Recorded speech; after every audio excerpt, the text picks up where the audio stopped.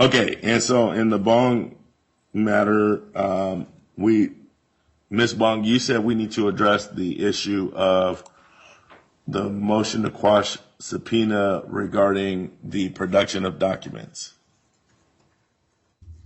Your Honor.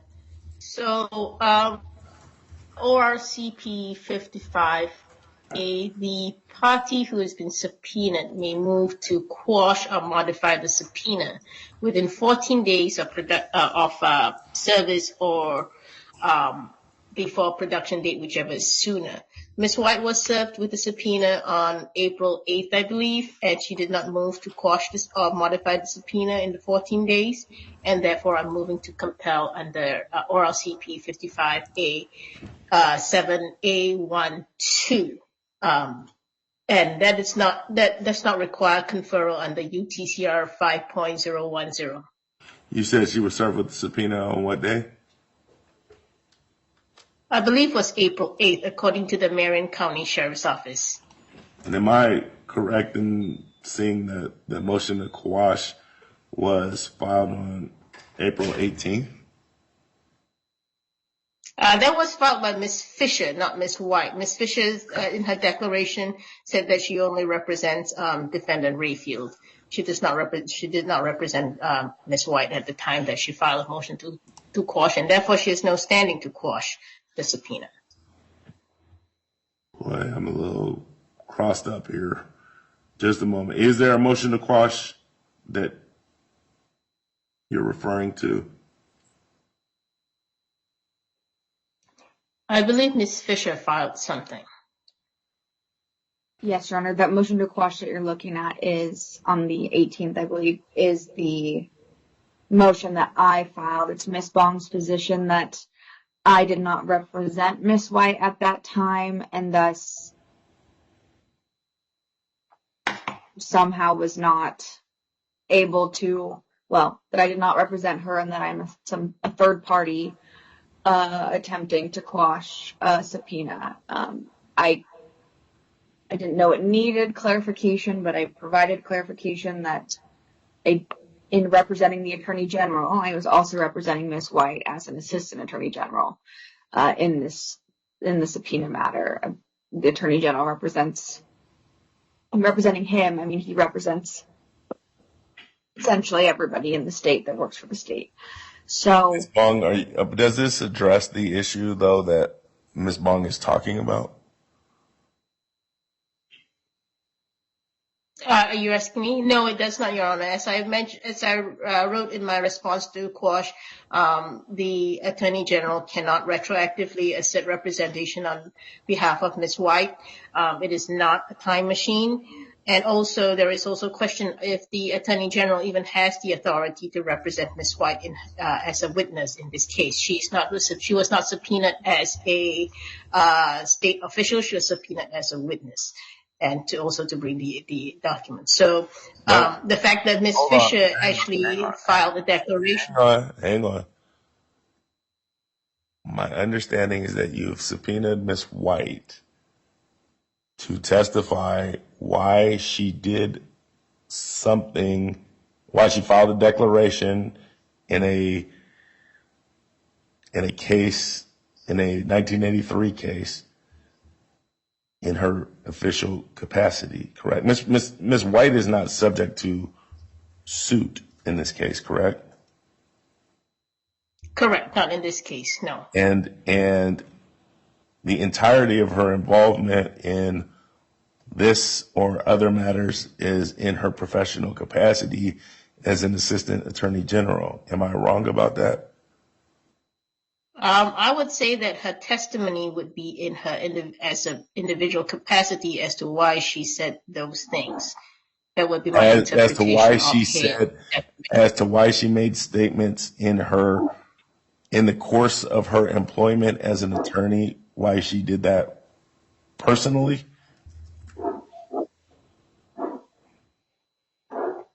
I would say that it would be her factual declaration. So yes, personally.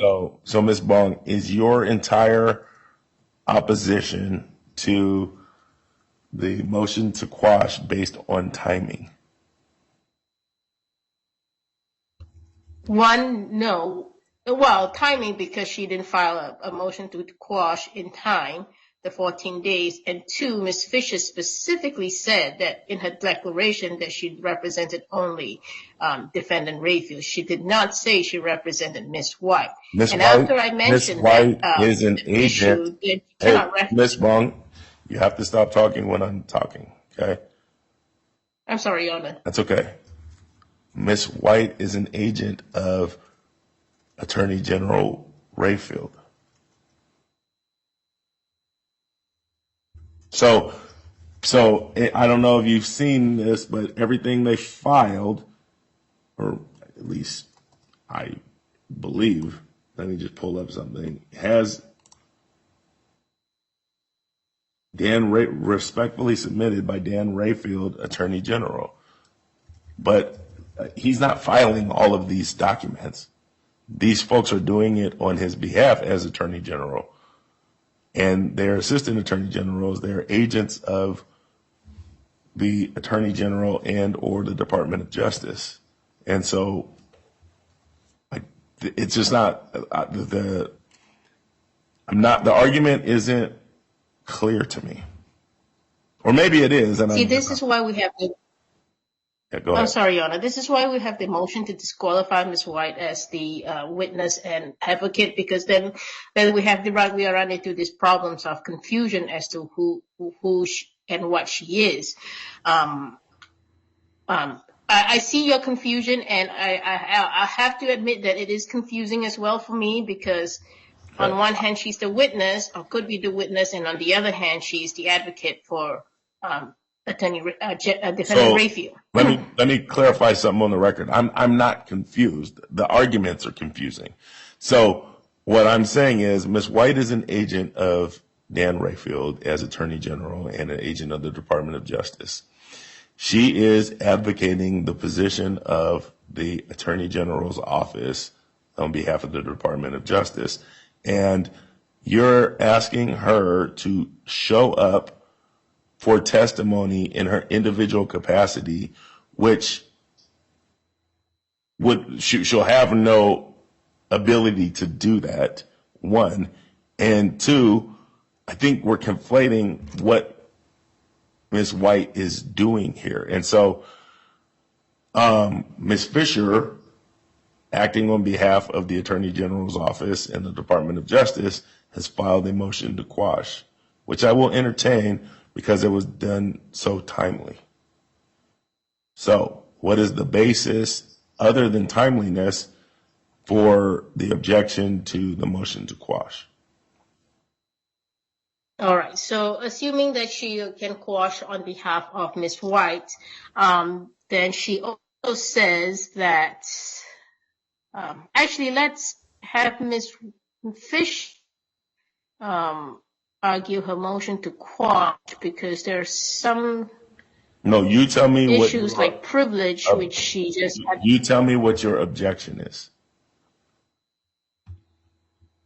So it looks like Ms. Fisher has a blanket objection on behalf of Ms. White, saying that it is unreasonable and oppressive. She doesn't say what exactly is unreasonable and oppressive with regard to the item that I've requested. She says also that the items I requested are privileged. But all I requested was the request for defense form received from Kate Brown and Rachel. Somebody show me where the subpoena is. As well as request. I don't know. I've still yet to see the subpoena for some reason. Oh wait, here, maybe it's in the proof of service. I doubt it, but oh, here it is. Okay, I have it. It was under a proof of service. That's why I didn't see it. Okay, so it commands Miss White to appear here today at 9 o'clock to bring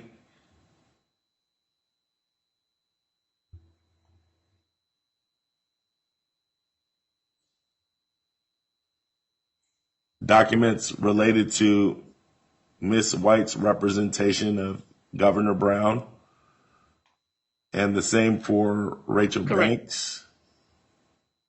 And Correct. documents by the Department of Justice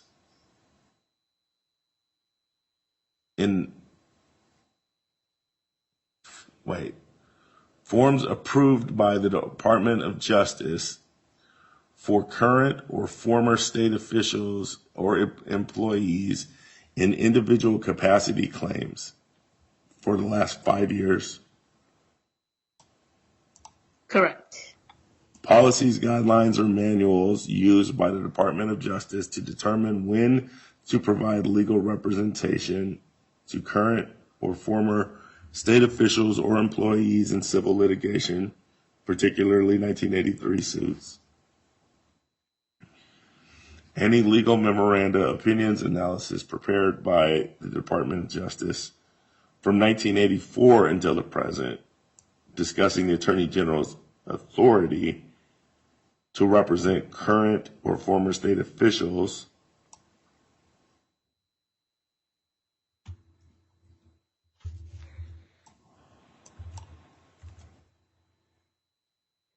and Ms. Fisher's motion to quash this is, there are other matters.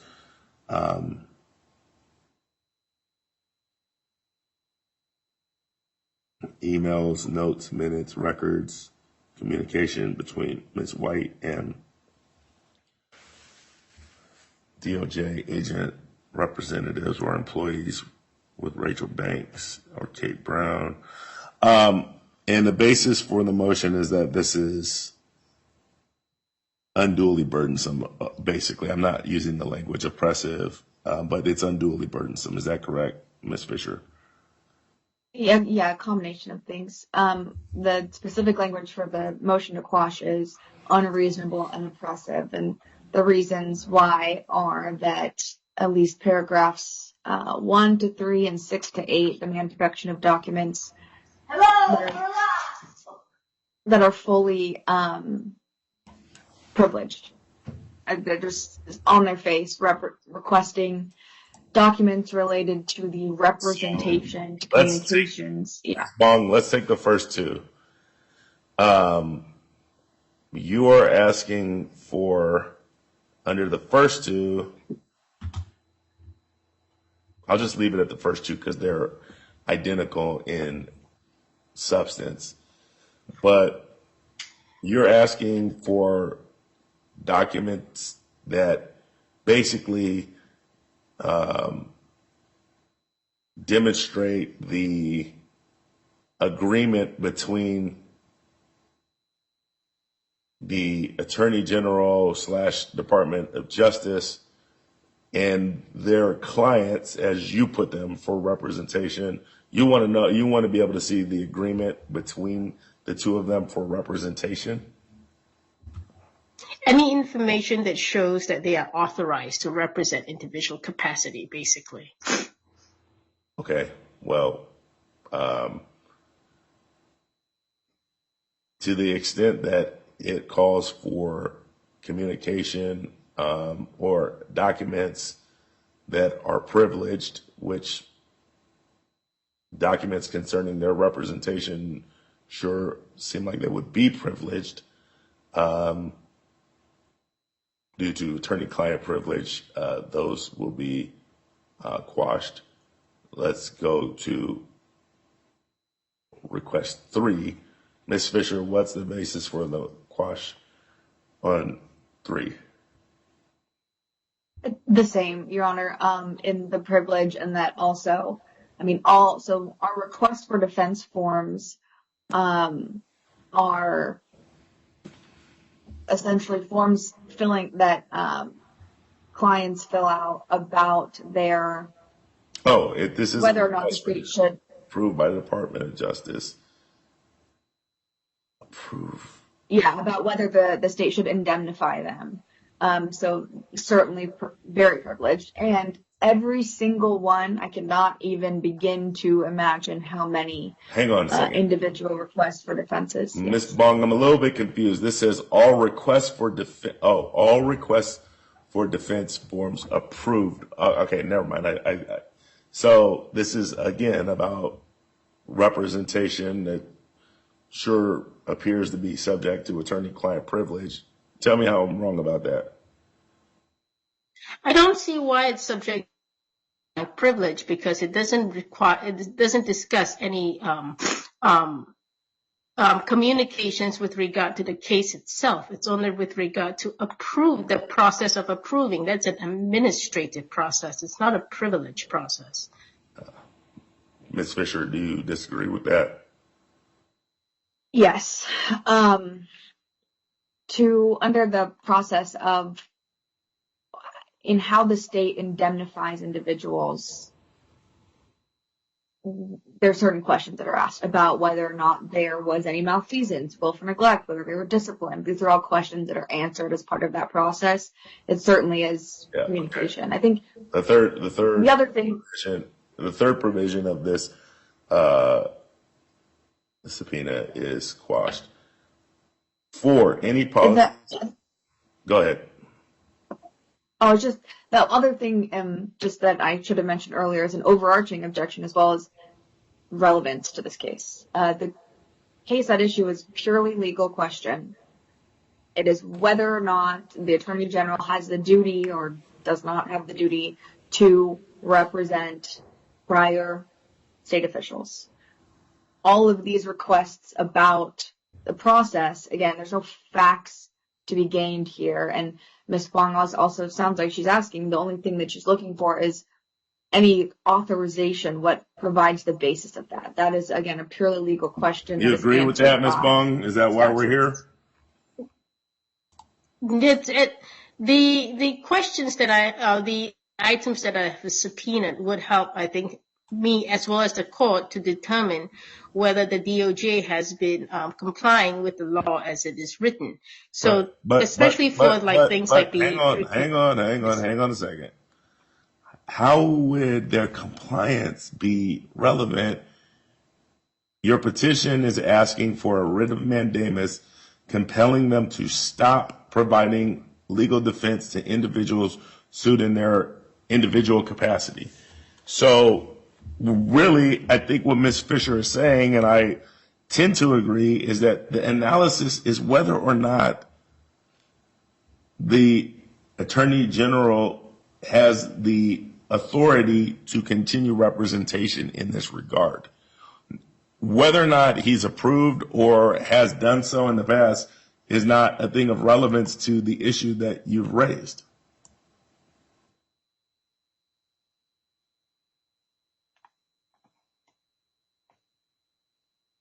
Is that wrong? I think it would help if we see what the policies, guidelines, and manuals are that the DOJ is using to determine what laws they are using to provide defense. How? Yeah, tell me how, and I'm happy to hear that. But let me just finish reading what your prayer is. Declare the Attorney General's actions exceed his statutory authority, and that no state resources may be used for legal defense of individual capacity 1983 defendants. So hang on a second, Ms. Bong. Ms. Fisher, with respect to that particular prayer for relief, Ms. Bong, I think, is seeking a declaratory judgment that the Attorney General has exceeded his statutory authority. Wouldn't these documents,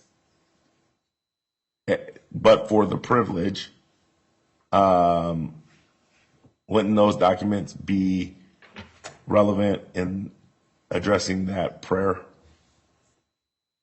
I guess, Your Honor, I still don't believe so, because whether or not, I mean, the actual process and the indemnification of Kate Brown and Rachel Banks, I mean, the fact is that the Attorney General is representing them in the case at issue with Ms. Bong.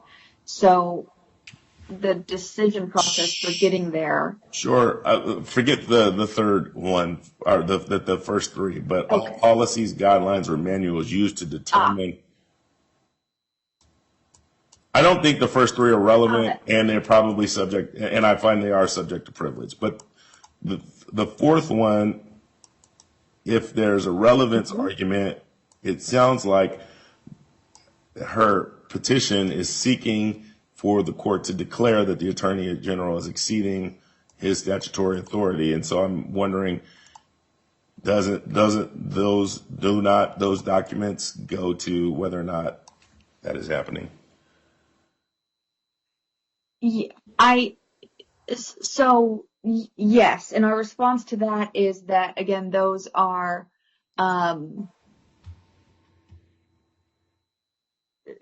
they're all essentially public records that Ms. Bong could either access just by looking them up, or she has also filed multiple public records requests that are somewhat related, but that don't actually ask for this.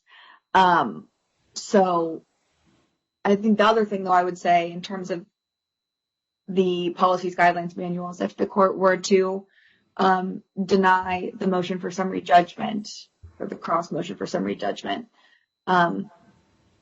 I think this is something that the court could defer to ruling on until after. But the relevance argument is less applicable to these. I agree that we are representing them, and there are policies, guidelines, and manuals which are public record and accessible. Now,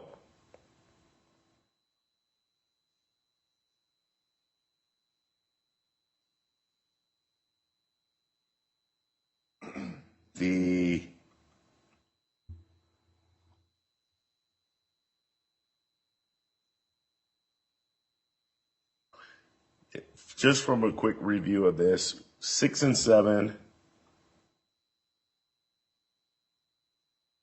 and 8 are subject to privilege, just as 1, 2, and 3 are. 4 and 5, I think, may have some relevance for Ms. Bong's petition or claims in this. However, 5, the scope of 5 is extraordinary in that it is asking for all of these documents for the last 41 years. And Ms. Bong, you're going to have to tell me what the reasonableness of that time frame is. Your Honor, I do realize that it is a very long scope of a time frame, but that it's the reason I requested from 1984 is because the legislature removed the definition of tort, 1983 violations from the definition of tort in 1985. So the reason for putting it in 1984 is there might have been some communications at that time in preparation or anticipation for that removal sometime in 1984. Okay. And I anticipate that most of the information would be between 1984 and 1980. I don't know when, they stopped discussing this issue. Well, I appreciate that. And that's why it's so broad. I am going to, so 1, 2, 3, 6, 7, and 8 are all quashed. 4 and 5, 4 I think is relevant at this current moment. And 5, the scope probably needs to be limited. And so in any event, it's going to require probably an amended subpoena. But I do think that many of the documents that Ms. Bong is requesting are appropriate for production based on based on her petition. Let me move now to, I believe, are we ready for the motion for summary judgment? Sure. Did you just shall we just go and move on to the hearing itself for summary judgment? Your Honor, this is Tracy White. I do note that we have a motion for judicial notice and estoppel that I think apply here. Hang on a second.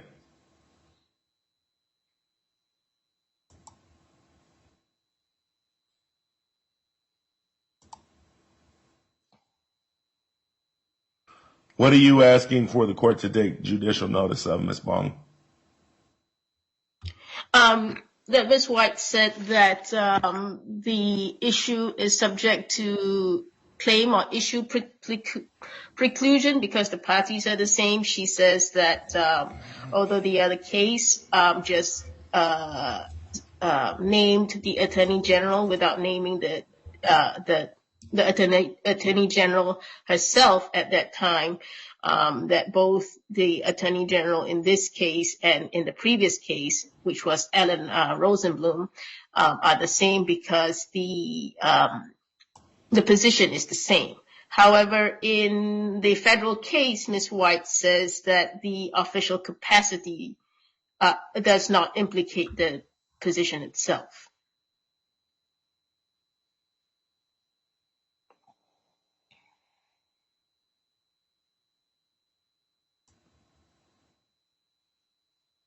And it may not be particularly relevant or important for this case in terms of the judicial estoppel, but it just goes into the issue of the claim and issue preclusion that she has raised.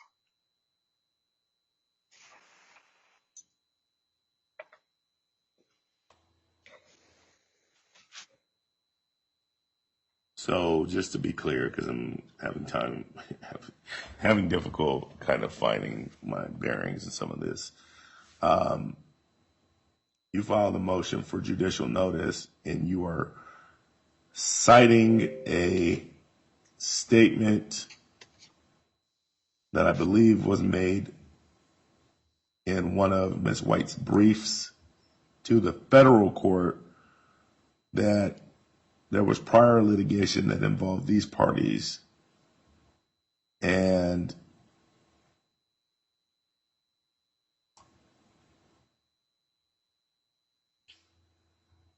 in state court, while the actual person holding the position of Attorney General. Oh, so basically this matter is has been litigated before, but under a different Attorney General. Well, the matter has not been litigated before, even though the Attorney General has changed, but the issue has not been litigated, period.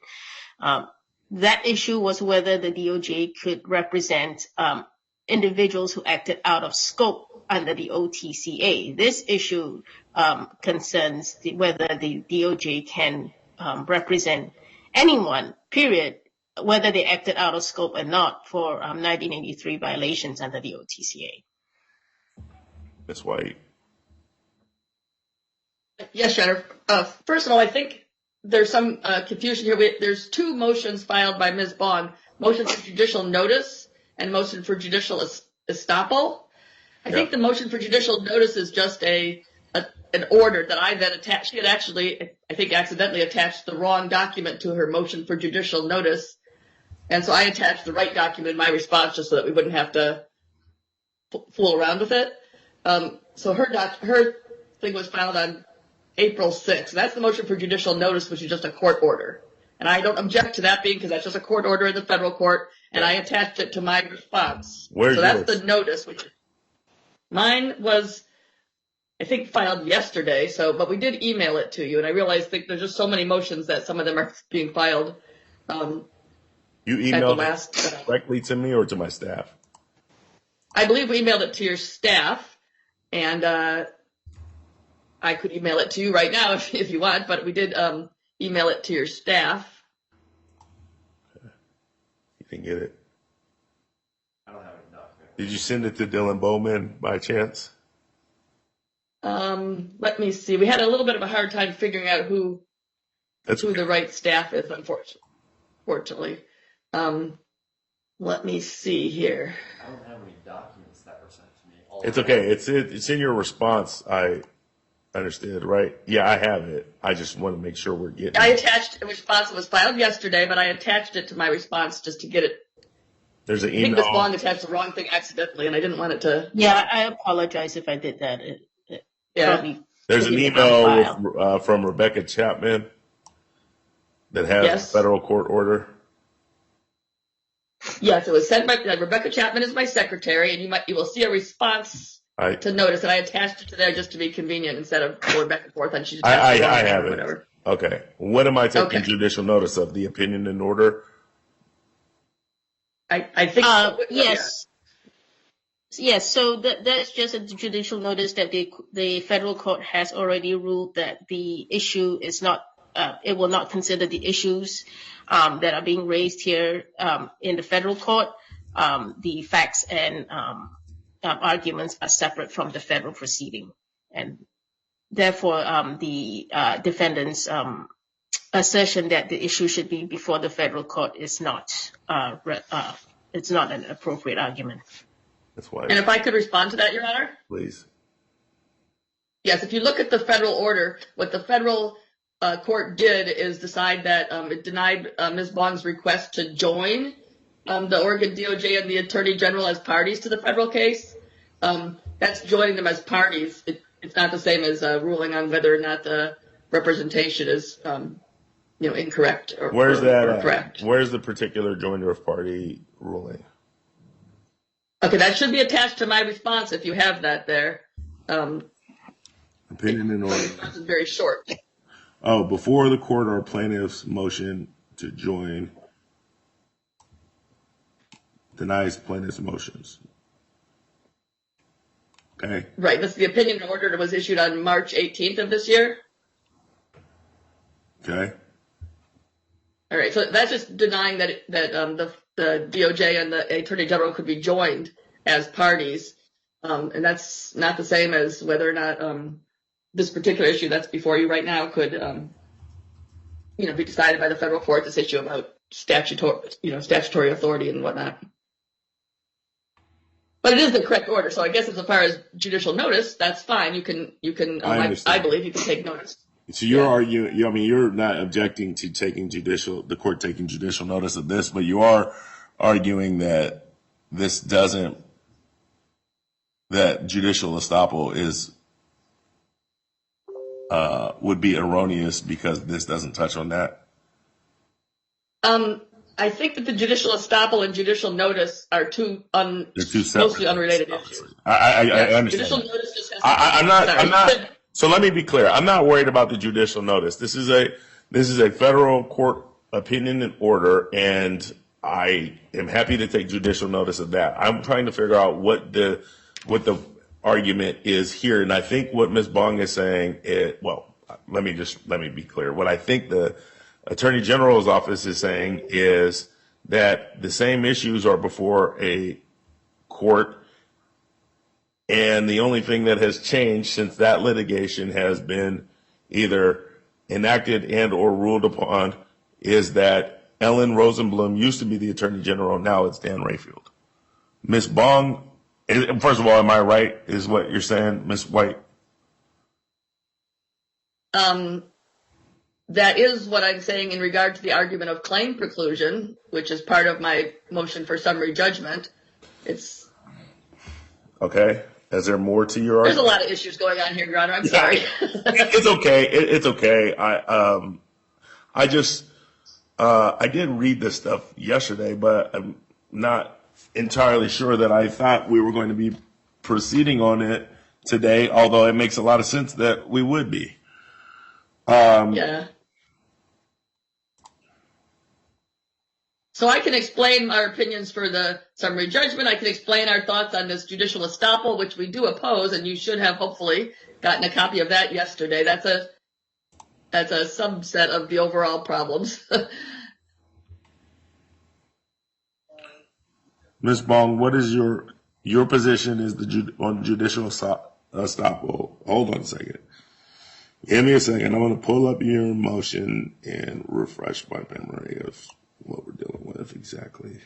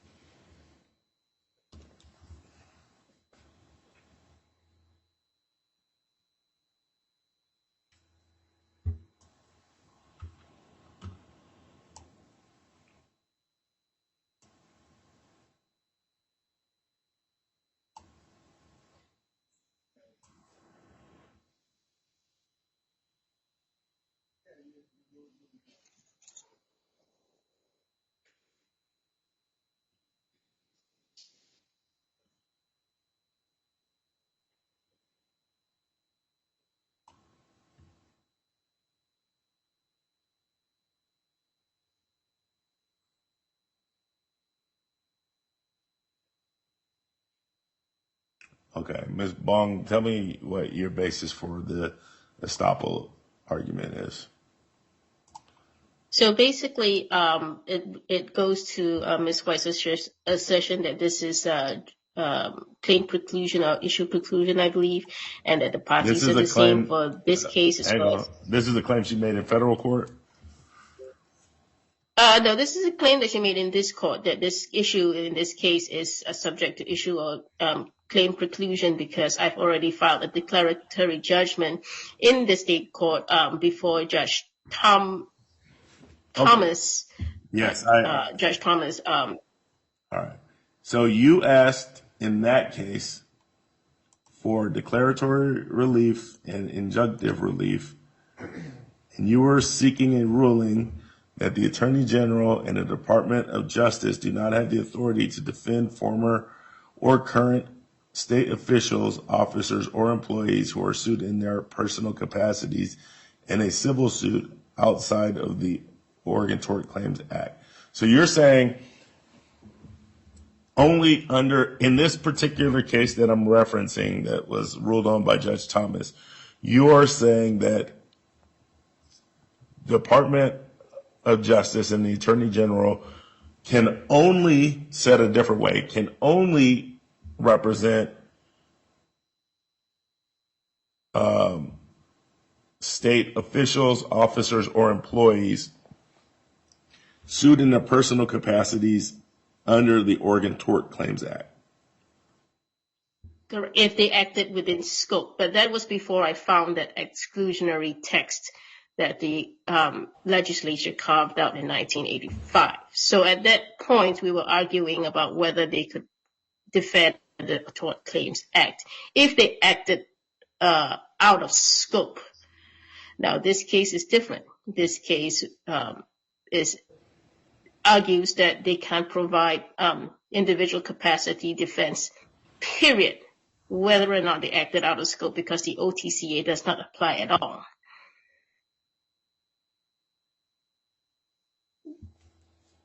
Does my argument make sense to you, Your Honor? What's the difference between this and the last one? And that one, the last one assumed that the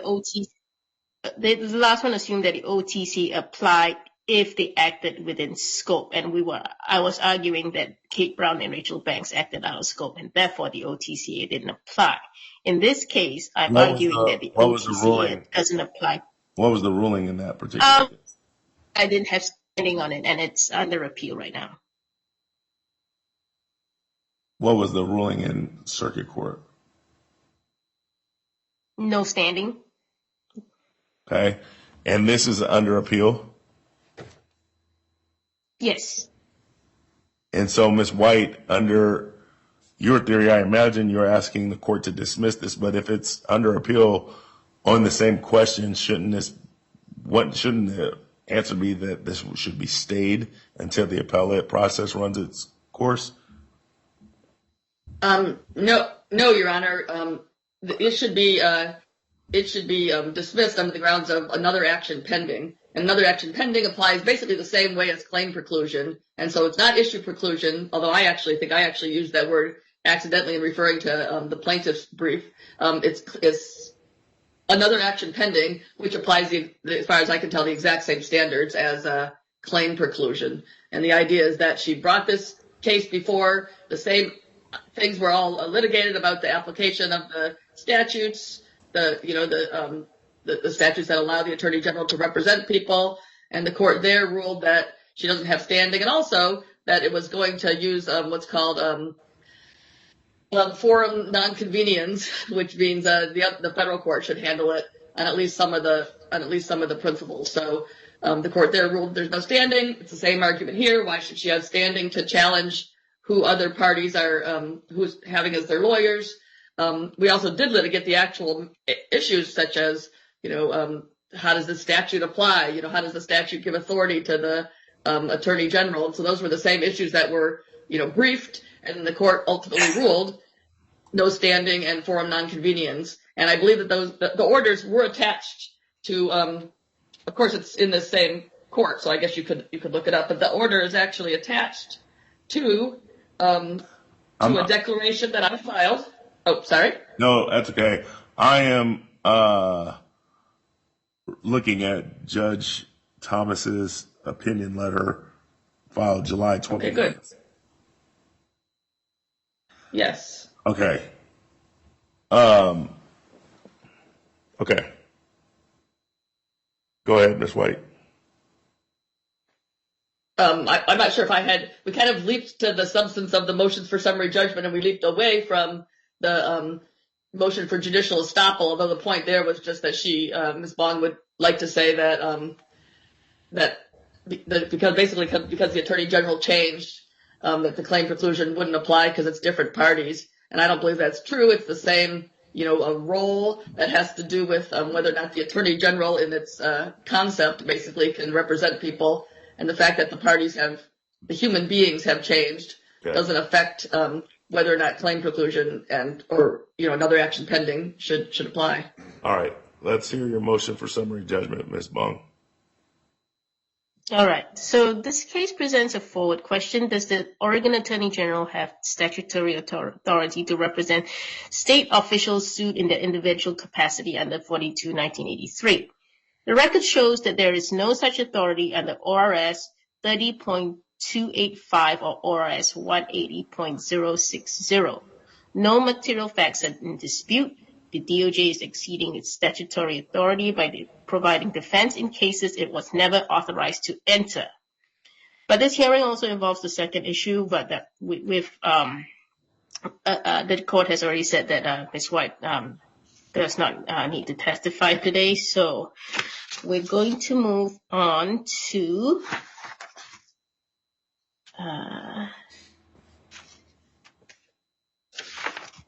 I'm sorry, here I had prepared. Okay. So the statutory interpretation of the arguments are ORS 30.285, which only applies to torts in the performance of duty. 1983 claims were explicitly excluded from the definition of tort in the Tort Claims Act in 1985. The legislature drew a line and the DOJ is now crossing it. ORS 180.060 gives the Attorney General authority to represent the state or its instrumentalities. It does not authorize public defense of individuals. And the federal court has declined to resolve this, and even if it did, the federal court in Pennhurst has ruled that only the state has jurisdiction to compel state actors to comply with state law. So this deferral leaves the question of Oregon law squarely on this court. Okay. So, and the state has gone further. Not only has it provided individual defense for 1983, it has gone further in October 2023 in my federal case. Ms. White has sent a now documented email directing state agencies, including parties she declared were not defendants in the federal case, to blind copy her on any public records from me and to report to her if I issued subpoenas. This was a surveillance directive, and it did not stop there. This year in 2025, in a public records request I submitted to the Oregon Health Authority, which is a non-party agency in this case, with only identifying information with my first name, and email was forwarded to DOJ counsel and used as evidence in this very case. The public records request had nothing to do with the subpoena, and it was submitted as a strategic exhibit anyway. It's not a legitimate litigation conduct, and it's retaliation. It bears directly on how the court should evaluate not only defendants' opposition but also to discovery, but also a broader pattern of conduct taken in excess of Rayfield's lawful authority. Your Honor, I'm not here to attack the state. I'm here to protect it by asking this court to enforce the legal limits the legislature has already put in place. The Attorney General has no statutory authority to represent individual defendants in 1983 actions. It's not a political argument, it's a matter of legislative record, and the DOJ has cited no law to the contrary. When the DOJ exceeds these limits and uses surveillance, procedural maneuvering, and blanket privilege claims to avoid scrutiny, it undermines the very structure it claims to uphold. I'm not asking this court to break precedent or create new policy. I'm asking the court to enforce the law as it was written and to hold the DOJ accountable to the same rules that apply to everyone else. It is not confrontation, it is accountability, and I respectfully ask the court to grant summary judgment. Thank you, Ms. Bong. Ms. White. Thank you, Your Honor. Hard to frame where to begin on this. First of all, the issues that was. Let me ask a quick question. Absolutely. Do you, or is it the position of the Attorney General? Let me just ask this: do you agree that the Attorney General, Department of Justice, does not have the authority to represent public officials sued in their individual capacity? We absolutely do, and we do it all the time.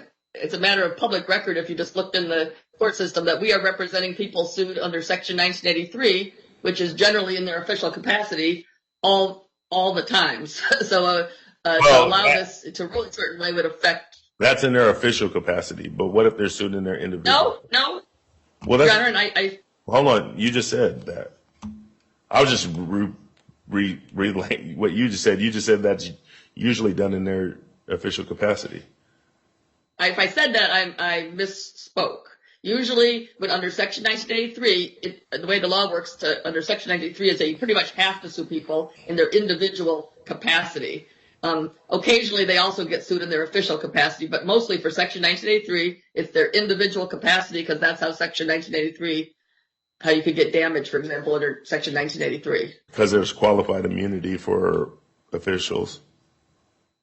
Qualified immunity is a defense that can be used for individuals as well. The reason, if you sue someone in their official capacity, basically, in my understanding, is you can't get damages, but you could, for example, get maybe an injunction or some kind of equitable relief. What's the authority that says you can represent them in their individual capacities?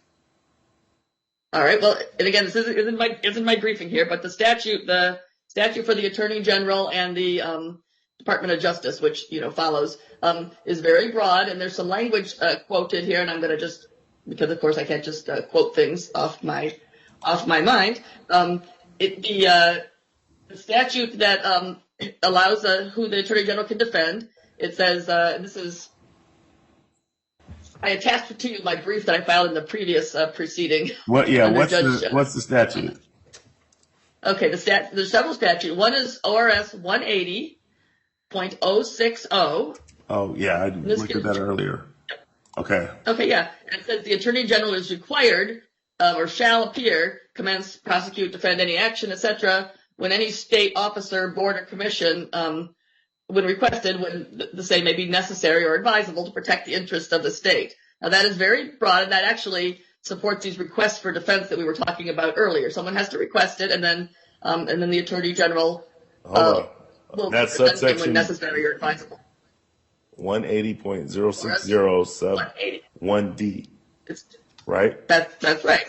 That's right. And then there's another one that's 180.060 6. Hang on. Oh, sorry.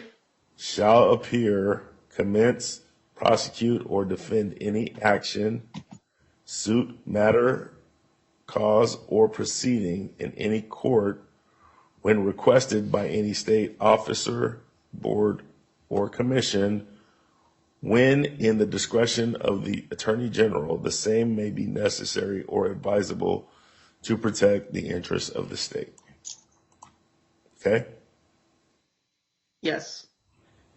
And of course, the idea, of course, is that if someone is suing a person, such as Governor Brown or any employee, really, it is generally in the interest of the state to defend them.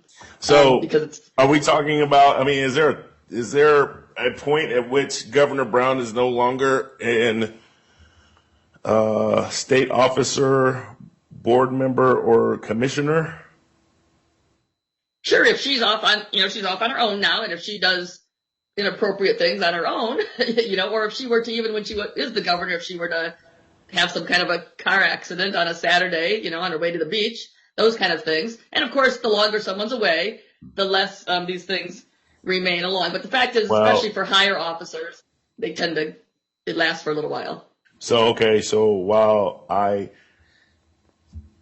appreciate your argument, I guess my question is, does it, I mean, so it says that when requested by one of these folks in the discretion of the Attorney General, right? So does the Attorney General only have that discretion when they are serving their term? Is, I guess, a different way of asking the question. Okay. So I believe that it goes on after their term, though of course only matters that had to do with their prior job, and so if you scooch along in the statutes, you'll see that there's ORS 180. This is moving to, maybe I guess it's the same thing. The Department of Justice. This is 180.220. The Department of Justice has, and it gives us a bunch of things, but it has general control and supervision of all civil actions and legal proceedings in which the state of Oregon may be a party or may be interested. And then it goes on full charge and control of all legal business of all departments, commissions, bureaus of the state or any office, which requires the services of an attorney or counsel in order to protect the interests of the state. And then switching to the Oregon Tort Claims Act, ORS 30.285. Yeah, I'm not done yet. Just a moment. No. It's all very well for me to hop along in my document here.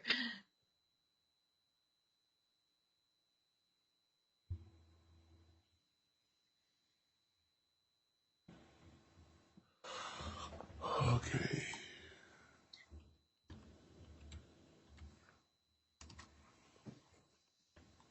Okay. All right.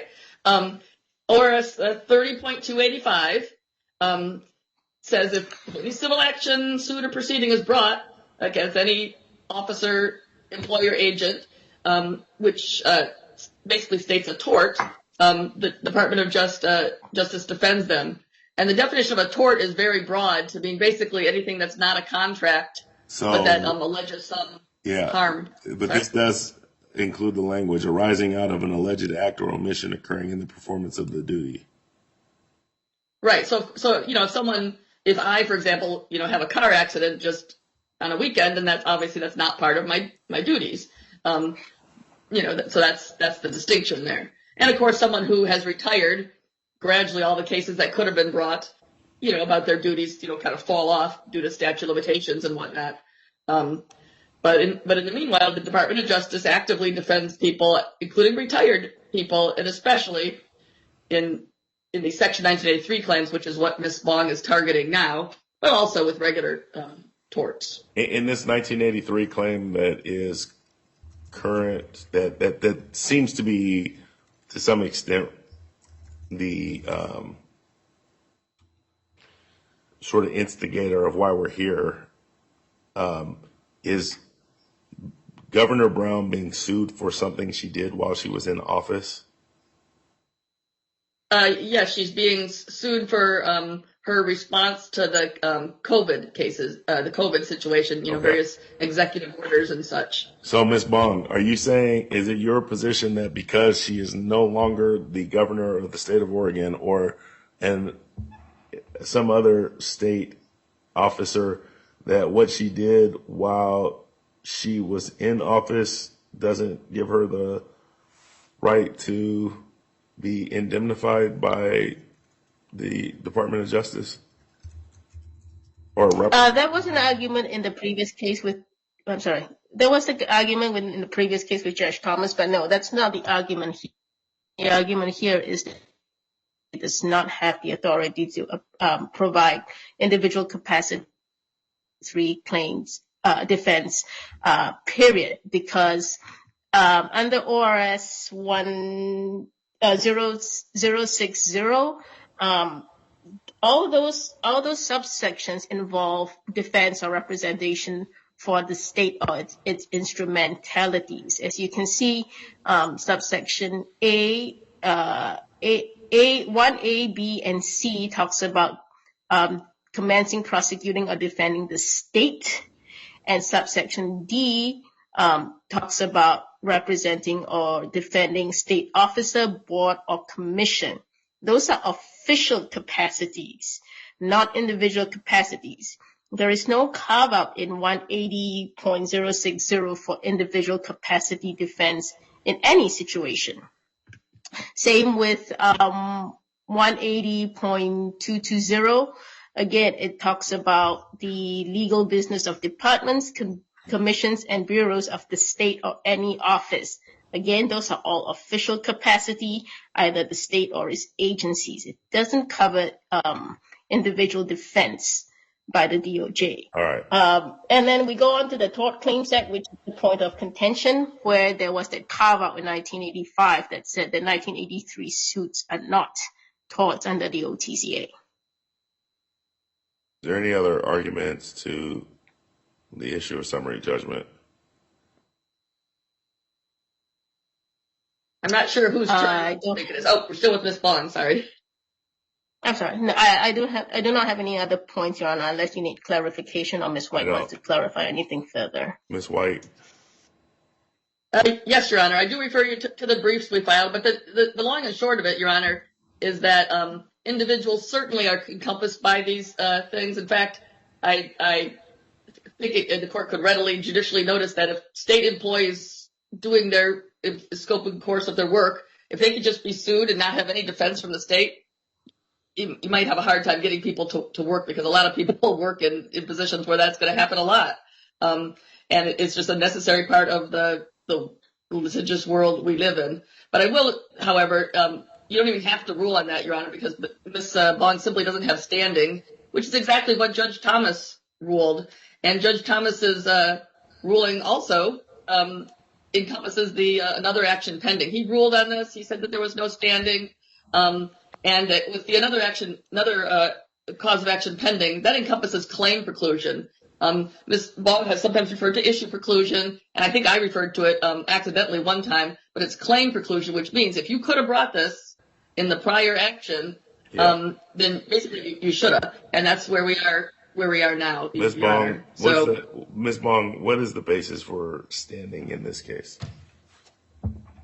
That Ms. White has claimed retroactive representation for Kate Brown, which denied me default in her individual capacity. What standing do you have in this case? I was injured because the DOJ came in and represented Kate Brown individually in my federal case. Was that different than the other case?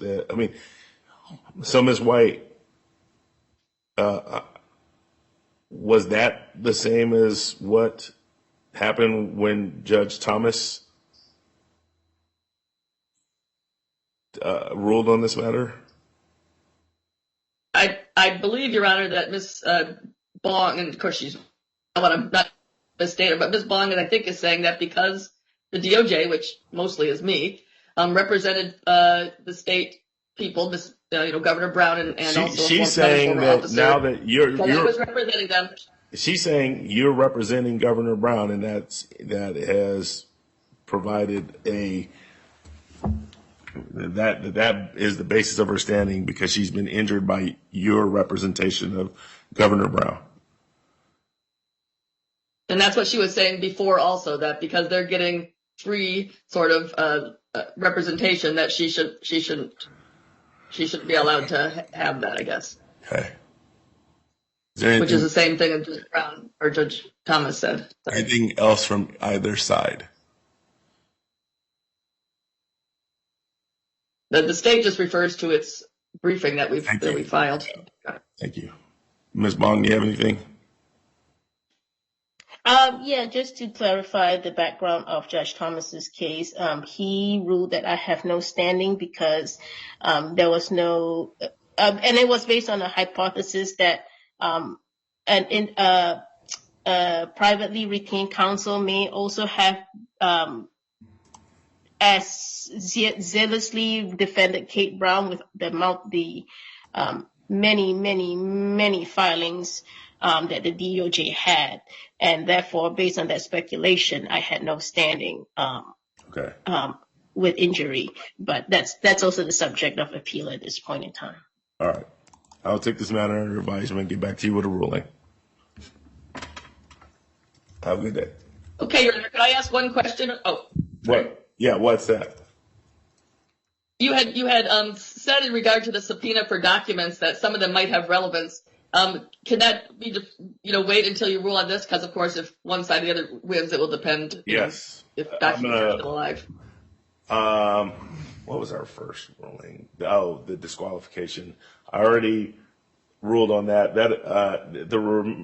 So the motion to disqualify is denied. All of the other rulings, I will take under advisement at this point. Judicial notice. Thank you. I'm taking judicial notice of the federal opinion in order also. Don't know. And you also denied the motion to compel my testimony, I think? Yes, correct. Okay. All right. All right, thank you. Have a good day. Thank you, Your Honor. Yeah. All right, bye. Bye.